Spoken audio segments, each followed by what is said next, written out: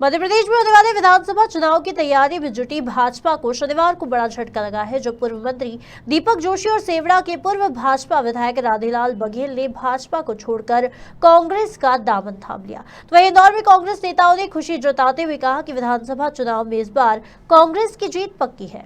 मध्य प्रदेश के पूर्व मुख्यमंत्री कैलाश जोशी के पुत्र और पूर्व मंत्री रहे दीपक जोशी के कांग्रेस में आ जाने के बाद कांग्रेस नेताओं की प्रतिक्रिया सामने आने लगी है। जहां इंदौर जिला कांग्रेस अध्यक्ष सदाशिव यादव ने कहा कि दीपक जोशी भ्रष्टाचारियों से अब दूर हो गए हैं। तो वहीं इंदौर नगर निगम के नेता प्रतिपक्ष चिंटू चौकसी ने भी दीपक जोशी के कांग्रेस में आगमन को लेकर स्वागत की बात कही और वहीं आने वाले चुनाव में कांग्रेस की सरकार बनने का दावा भी किया। बड़े नेता को आपकी पार्टी में शामिल कराया, आज दीपक जोशी भी जाके बीजेपी छोड़ के कांग्रेस में ज्वाइन हो रहे हैं। ये सिलसिला क्या लगातार ऐसे जारी रहेगा? कौन नेता आने वाले? जैसे कि ना, जैसे कि हम हमेशा कहते हैं कि जो जैसा करेगा वो वैसा भरेगा। जिस तरह से भारतीय जनता पार्टी अपनी सरकारी ताकत का उपयोग करके, अपनी राजनीतिक ताकत का उपयोग करके और खासकर अपनी आर्थिक ताकत का उपयोग करके लोगों को बरगला रही है, ज़बरदस्ती लोगों को इधर उधर ला के लोकतांत्रिक व्यवस्था, लोकतांत्रिक ढांचे को ध्वस्त करने में लगी हुई है, तो निश्चित रूप से आज के बाद कल और कल के बाद परसों आता है तो वो जो व्यवस्था आपने ख़राब करी थी, जो भारतीय जनता पार्टी की ईमानदार कार्यकर्ता जिनने जीवन भर लगा दिया अपनी पार्टी के लिए, वो व्यक्ति, वो कार्यकर्ता दरी उठाते उठाते थक गया और जिन लोगों को जीवन भर गाली बकता रहे थे वो बॉस बन के बैठे हुए हैं। तो निश्चित रूप से जब इस प्रकार का माहौल बनता है, जब आप अपने लोगों को दबाने की कोशिश करते हो खाली इसलिए कि एन केन आपको सरकार बनाना है, तो कोई भी पार्टी हो इस प्रकार की चीज़ों का आपका सामना करना ही पड़ेगा। और निश्चित रूप से कांग्रेस वो पार्टी है जो कांग्रेस एक विचारधारा है, एक सोच है जो हिंदू मुस्लिम सिख ईसाई सबको लेकर चलती है। भारतीय जनता पार्टी तो सिर्फ धर्म के नाम पे, जात के नाम पे, समाज के नाम में लोगों को बरगला के, भड़का के, लड़ा के एन केन अपनी सरकार लाने की कोशिश करते हैं। निश्चित रूप से कांग्रेस पार्टी, पूरे देश में कांग्रेस थी, तो निश्चित रूप से आने वाले समय में जिस तरह से भारतीय जनता पार्टी अन्याय अत्याचार के साथ काम कर रही है, तो सब लोग समझते हैं कोई किसी का गुलाम नहीं है, ये लोकतंत्र है। और हमारे देश में तो आज तक लोगों ने जब अंग्रेजों का अत्याचार सहन नहीं करा, बरसों तक लड़ाई लड़ी ताकतवर तरीके से, तो भारतीय जनता पार्टी तो बहुत छोटी चीज़ है।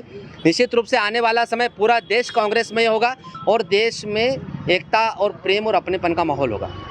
खुशी की बात है क्योंकि ये तो भाजपा जनता के बीच की आवाज़ है कि अब कांग्रेस सरकार आ रही है। आदरणीय कमलनाथ जी का 1.5 वर्ष का जो कार्यकाल देखा है उससे जनता प्रभावित है और बीजेपी को अब खदेड़ना चाहती है।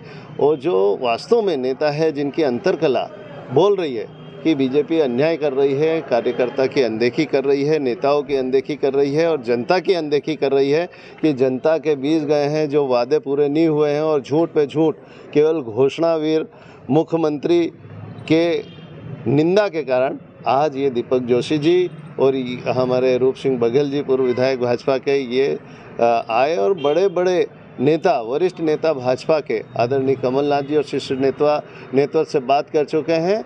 ये अभी टेलर है, अभी फिल्म और बाकी है। तो ये चुनाव तक आपको मालूम पड़ेगा कि कितने लोग, कितने नेता भाजपा छोड़ के कांग्रेस में शामिल होंगे। अभी भी कोई जो भाजपा के वरिष्ठ कुछ ऐसे नेता है जो आपसे जो संपर्क में कांग्रेस? बहुत सारे हैं, आदरणीय कमलनाथ जी से और शीर्ष नेतृत्व से।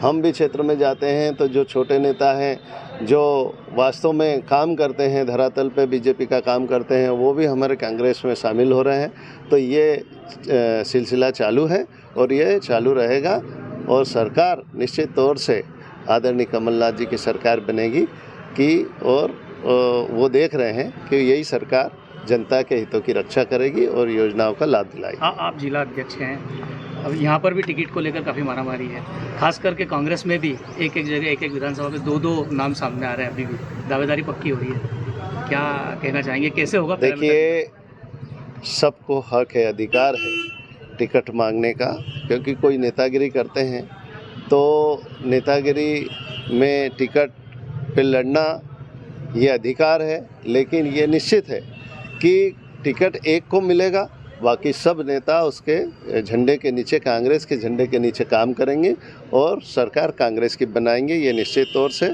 सब नेताओं को मालूम है कि टिकट एक को मिलता है, पर वो संतुष्ट है कि किसी को भी आदरणीय कमलनाथ जी के सर्वे में जो उम्मीदवार सशक्त आएगा, जो जीतने योग्य है, उसे टिकट दिया जाएगा। एक और सवाल, इंदौर से धीरज बुरासी की रिपोर्ट।